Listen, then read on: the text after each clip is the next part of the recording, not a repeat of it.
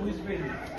ఆయన 39 సంవత్సరాలు ఆయన ఇచ్చిన సందేశాలు, ఆయన ఇచ్చిన స్ఫూర్తి ఇప్పటికీ 164 సంవత్సరాలు లేదా 120, 130 సంవత్సరాల తర్వాత కూడా మనము ఆయన గుర్తు చేసుకుంటున్నాం.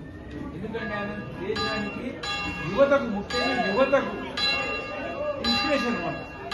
ఎట్లా బతకాలి, ఏ రకంగా బతకాలి అంటే నువ్వు అంటే ఏంటి, నువ్వు గొప్పోనివి, నేను గొప్పోని కాదు, నేను ఏది కాదు, వాళ్ళే గొప్పోళ్ళు అనే నా అంటే ఆత్మ న్యూనతా భావం ప్రతి మనిషికి ఉన్నటువంటి సమయంలో నువ్వు ఎంత గొప్ప నువ్వు తెలుసా నీకు అని అడిగాడు.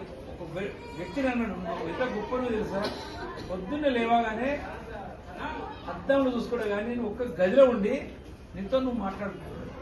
ఎందుకు మాట్లాడుకోవాలంటే ప్రపంచంలో నీ అంత గొప్పడు ఇవ్వలేదు. అంటే యువతకు ఏ రకంగా స్ఫూర్తించిండు, ఆయన పెద్దోడు ఈయన పెద్దోడు కాదు, నీ అంత గొప్పడు ప్రపంచంలో ఎవరు లేరు, నీతో కొంచెం మాట్లాడుకో.